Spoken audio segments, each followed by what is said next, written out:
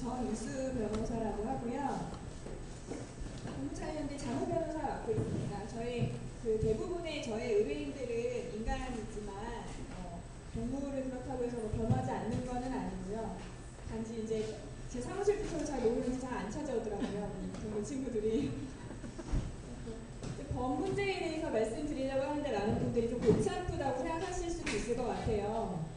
근데 법이라는 거는 좀 명확하기도 하고 또 좀 수반적인 면이 있기 때문에 오늘 몇 가지만 가볍게 담아가시면 될 것 같습니다. 정치하는 분들도 사실 보면은 정쟁을 벌이다가 뭐 여당 야당 그렇게 정쟁을 벌이다가 가장 최종적으로는 가장 궁극적으로는 뭐 고소 고발 또는 헌법재판소에 제소하는 방향으로 가거든요. 그만큼 법은 가장 궁극적인 수단이기도 하고 가장 강력한 힘을 가지고 있기도 합니다. 그래서 아마 오늘 제가 가장 마지막 순서인 것 같기도 해요. 몇 가지 말씀을 드리면 개 식용하고 또 그 관련 행위를 우리가 맞닥뜨렸을 때 어떻게 대처를 해야 하느냐 법적인 조치 위주로 한번 말씀드리겠습니다. 첫 번째, 개 농장을 발견했을 때 어떻게 해야 되느냐. 수도권 근교에 나가보면은 개 농장을 발견하시는 분들이 계시거든요. 그럴 때 민원의 근거가 될 수 있는 여러 가지 법들이 있습니다. 사실 개 농장 자체를 금지하는 법은 없어요. 이제 계속해서 제가 말씀을 드리겠지만 개 식용 문제하고 관련해서 직접적으로 적용될 수 있는 법은 없다고 해도 과언이 아닙니다. 그 때문에 좀 우회적으로 규제를 해야 하는데 그 방법을 말씀을 드리자면 첫 번째는 개 농장에 적용될 수 있는 걸로 이제 수질 및 수생태계 보전에 관한 법률 그리고 건축법, 농지법 이렇게 있습니다. 수질 및 생태계 보전에 관한 법률에 보면은 공공 수역의 보전은 지방자치단체 의무라고 아마 3조인가 거기 책무라고 규정이 되어 있기 때문에 감시 의무가 당연히 있거든요. 또 민원 제기를 하면 처리해야 될 의무가 있고, 근데 우리가 개 농장을 보면은 실제로 그 농장들이 합법적으로 운영되는 것이 아니기 때문에 거기서 나오는 어떤 오폐수 같은 처리를 제대로 하고 있지를 않아요. 근처에 하천이나 그런 공공 수역에다가 방류하는 경우가 있고, 또 사체가 있을 때도 사체도 그렇게 함부로 처리하고 또 부패되고 오염되게 만드는 경우가 많이 있죠. 그래서 그런 경우에는 수질 및 생태계 보전에 관한 법률 위반으로 관할청에 고발하실 수가 있고, 또 이게 위반하면은 형사처벌의 대상이 됩니다. 그래서 고발을 하실 수도 있습니다. 경찰에 고발하실 수도 있고, 그 다음에 건축법적인 측면에서 보면 농장에 있는 견사나 이런 것들이 건축법상 건축 신고나 허가를 받지 않은 경우가 상당히 많을 거예요. 대부분이 불법 건축물일 겁니다. 그래서 이 부분에 대해서는 건축법 위반으로 고발하실 수도 있고 또 관할청에 신고하실 수도 있는데, 이때 대응방안 잠깐 보시면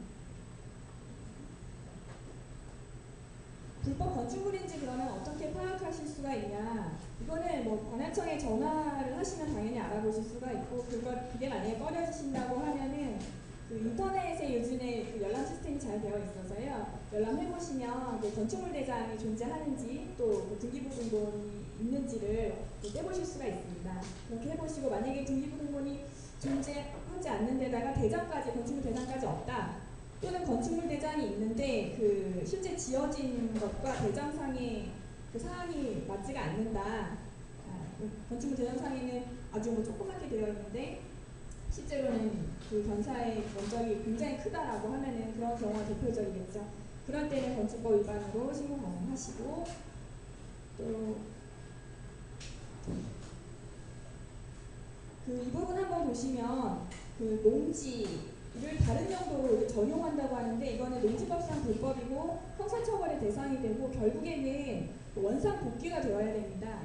이거는 어떻게 하실 수가 있냐면 마찬가지로 열람을 해보시면 건축물 대장, 토지 대장이나 등기부등본 열람해보시면 전이나 답으로 표시되어 있는 게 있어요. 근데 그 위에 만약에 이게 농사만 짓게 되어 있는데 농사를 짓지 않고 그 위에 이제 농장이 설치되어 있다 라고 하면은 농지법 위반으로 그 처벌이 될 수가 있기 때문에 이런 거 민원 제기 고발하실 수가 있고, 특히 농지법 같은 경우에는 좀 무겁게 처벌하는 경향이 있습니다.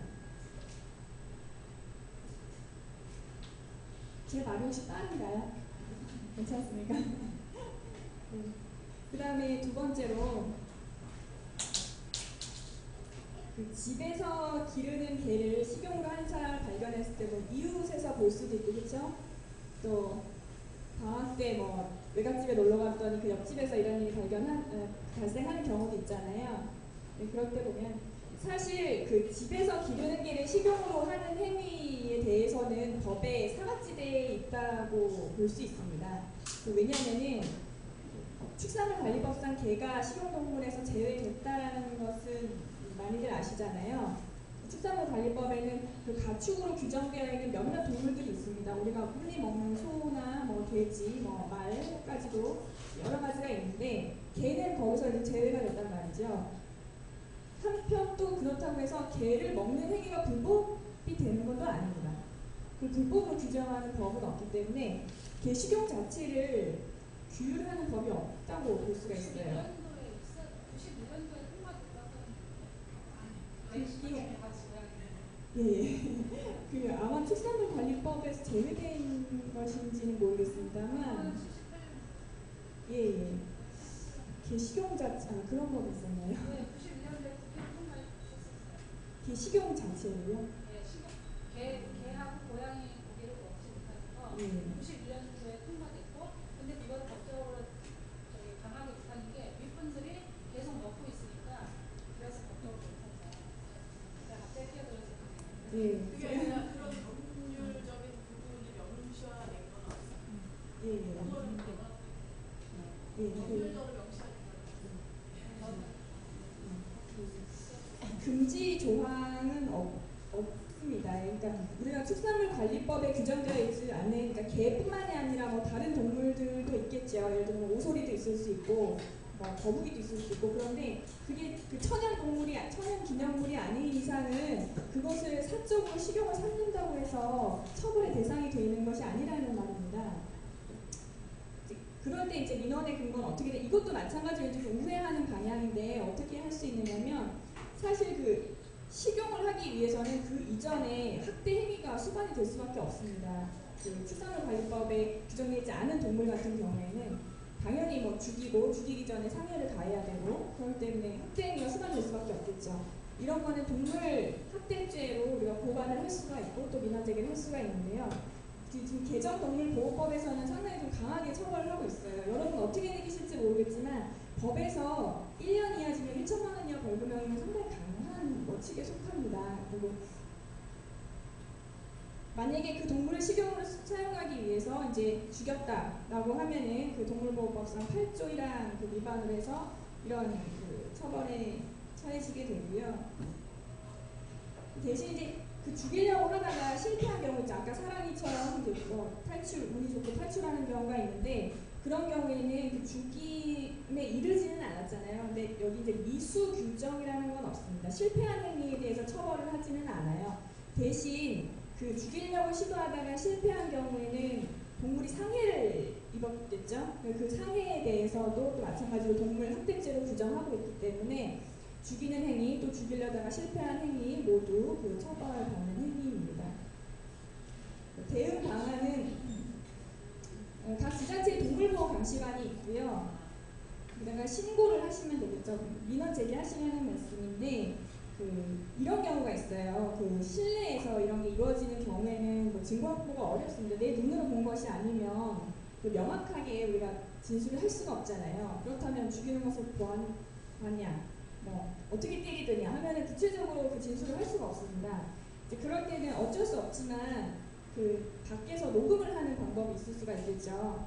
우리 요즘에는 하도 그 기기들이 발달했기 때문에 늘 휴대하시면서 가지고 다니는 것들로 이제 녹음을 하시면 이렇게 소리라든지 또 때리는 소리 이런 것들도 다 증거가 될 수가 있습니다.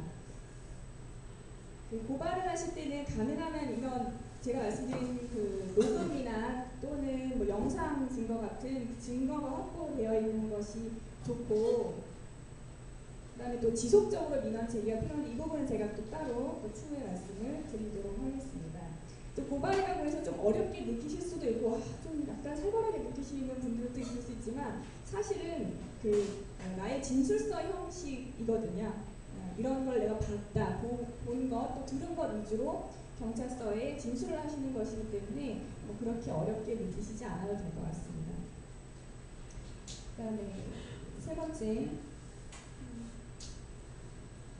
그 개고기 판매점을 보았을 때 그 모란시장 이야기를 얼마 전에 그 동물자유연대의 강사님으로부터 한번 제가 듣고 깜짝 놀란 적이 있었습니다. 아직도 많이 판매하고 있다고 들었는데요.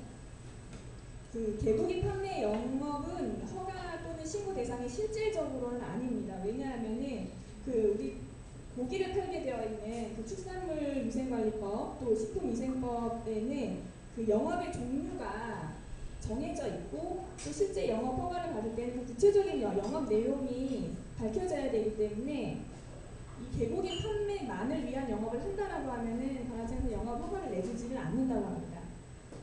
그렇기 때문에 어떤 업자가 개고기만을 팔고 있다라고 하면 그곳이 제대로 영업 허가를 받은 곳인지 한번 살펴보실 필요가 있어요. 관할청에 전화 한 통이면은 그 영업 허가를 받았는지 안 받았는지 쉽게 아실 수 있거든요.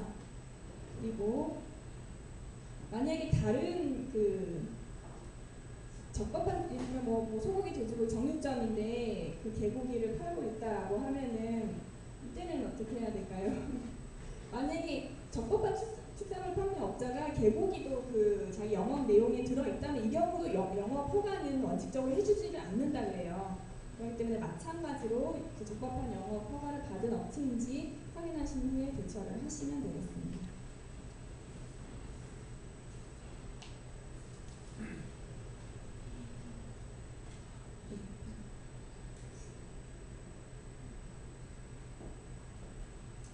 자, 식용을 목적으로 그 개를 운반하는 트럭을 모았을 때 아까 그 영상에서 보셨죠? 그런 케이지에 막 켜켜이 쌓아서 이렇게 운반을 하고 있는 것이 현실인 것 같습니다. 그런데 개정동물보호법에서는 운송 조항을 신설을 했어요. 그 내용이 좀 많아서 제가 싫지는 않았지만 간단하게 소개를 하자면은 뭐 동물을 운송할 때는 뭐 적절한 사료나 뭐 물을 공급해야 되고 뭐 이런 내용들이 들어있습니다. 그리고 구조에 있어서 그 운반하는 그 구조에 있어서도 그 고통을 최소화할 수 있는 구조여야 한다. 뭐 이런 게 있는데 지금 위반했을 때의 어떤 단속 규정은 없습니다. 그렇지만은 그 하여야 한다라고 규정이 되어 있거든요. 그렇기 때문에 의무인 건 맞습니다. 운송하는 사람들이 그 개를 운송을 할 때 적절하게 그 물, 사료 공급하고 켜켜이 쌓아서 가지 않도록 고통을 주지 않도록 해야 되는 건데 그렇지 않은 이제 운송업자를 발견했을 때는 어떻게 해야 되느냐? 이 경우는 아까 방금 말씀드렸듯이 그 동물보호법상 운송조항 근거가 명확하게 있기 때문에 운송조항에는 고통을 최소화하라고 되어 있는데요. 물하고 사료 공급하라고 되어 있는데요. 라는 근거를 제시하면서 경찰에 도움을 요청하시면 됩니다. 그래서 경찰에 도움을 요청하시다 보면 어디까지 문제가 이어질 수 있느냐 하면은 경찰이 왔을 때 이런 문제까지 이어질 수 있어요. 그렇다면 이 동물들의 출처는 어디냐 물어보실 수 있겠죠. 이 동물들이 이 개들이 어디서 왔느냐. 그때 만약에 그 개의 출처가 불분명하다면 사실 유기견이 그렇게 운송되는 경우도 많다고 들었습니다. 네. 만약에 그 유기견을 운송을 하는 것이라면은 그것은 또 다른 범죄 행위거든요. 점유이탈물 횡령죄라는 또 다른 범죄가 성립하기 때문에 그 업자들이 가지고 있는 약점이 있습니다. 네, 그런 점들을 밝혀낼 수 있게 되겠고요. 네, 지금 방금 말씀드린 게 그겁니다. 판매를 위해서 운반하는 경우 이제 그 아이들을 어디서 데리고 와서 판매를 하는 것이냐 이런 걸 이제 밝힐 수가 있게 되겠죠. 네, 그 부분에 있어서 만약에 또 뭐 유기견을 그 횡령해서 점유이탈을 횡령해서 하는 것이라고 밝혀진다면 또 다른 조치를 취할 수 있게 되는 것입니다. 지금까지 제가 이제 이런 것을 근거로 고발하실 수 있다, 이런 걸 근거로 민원 제기하실 수 있다라고 말씀드리지만 실제로 아마 그런 고발이나 민원 제기를 하시면 이게 실효성이 있을까라는 의문이 드실 거예요. 왜냐하면은 동물자유연대 활동가분들께서도 많이 느끼시겠지만 실제 이렇게 고발을 하거나 했다고 해서 수사기관이나 관할 행정청에서 그 민원인의 입장을 더 우선시하는 것이 아닙니다. 현실은 그런 것 같아요. 현실은 왜냐하면은 이게 결국에는 그 개고기 판매업자 또 그 운송업자들의 영업과 관련된 일이거든요. 그 농장업주들 그런 사람들의 영업 그리고 그 작지 않은 재산과 관련된 것이고 궁극적으로 이게 문제가 돼서 처분이 내려진다면은 그 사람들 영업이 뭐 정지되든지 그 영업 취소되든지 아니면은 건물이 뭐 철거된다든지 아니면은 일정 금액의 벌금을 내는 재산상 불이익을 입든지 하는 문제가 발생하는데 이거는 뭐 개인의 입장에서 보면은 뭐 그 중대한 손실이죠. 그래서 수사기관이나 관할 행정청에서 보기에는 그것들이 굉장히 크게 느껴지는 겁니다. 사실상 또 큰 것이기도 하고요. 근데 반면에 우리 동물들은 항의를 하지 않잖아요. 이야기를 할 수도 없고 우리 동물보호협회 활동가분들이 항의를 하고 하지만 일단은 여러 가지 면에서 너무 활동하시는 분들도 많지 않고 그렇죠. 민원을 제기하셔도 힘이 역부족일 수밖에 없어요. 그러다 보니까 이 사람들의 이 관계 공무원들의 가장 신경 쓰이는 것은 말을 하지 못하는 동물들이 아니라 그것에 내 생업이 달렸다라고 하면서 강력하게 항의하는 피고발인, 고발 당하는 사람, 민원 당하는 사람들인 것입니다. 그렇기 때문에 현장에 출동한 경찰들은 이제 당사자 간에 이게 뭐 합의할 사안인지는 제가 모르겠습니다만 합의를 하라라고 좀 말이 안 되죠. 사실 이게 누구랑 무슨 합의를 하라는 겁니까? 그렇죠? 뭐 동물하고 이 운반되는 개하고 누구랑 합의할 수도 없는 것이고 고발인하고 또 그 업자하고 합의하는 게 아닌데 합의를 하라고 막 종용을 하거나 민원도 한두 번 가지고는 이제 관할청에서 이걸 가지고 정지하거나 이제 취소하는 일이 극히 드물겠죠. 그렇기 때문에 가장 중요한 것은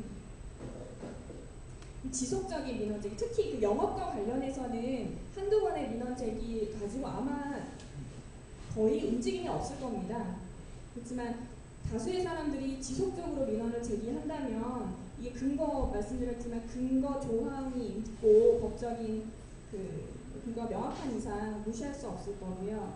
또 경찰에도 마찬가지로 우리가 타당한 법에 의해서 근거를 가지고 고발을 하는 것이기 때문에 지속적으로 강력하게 항의한다면 받아들여질 수 있을 것으로 보이고 제가 말씀드린 것 중에서 만약에 이 부분이 법적으로 농지 전용인지 혹시 건축법 위반인지 판단이 안 되시는 부분이 있다고 하면 저에게 연락드리면 그 부분은 제가 같이 좀 연구를 해드리도록 하겠습니다.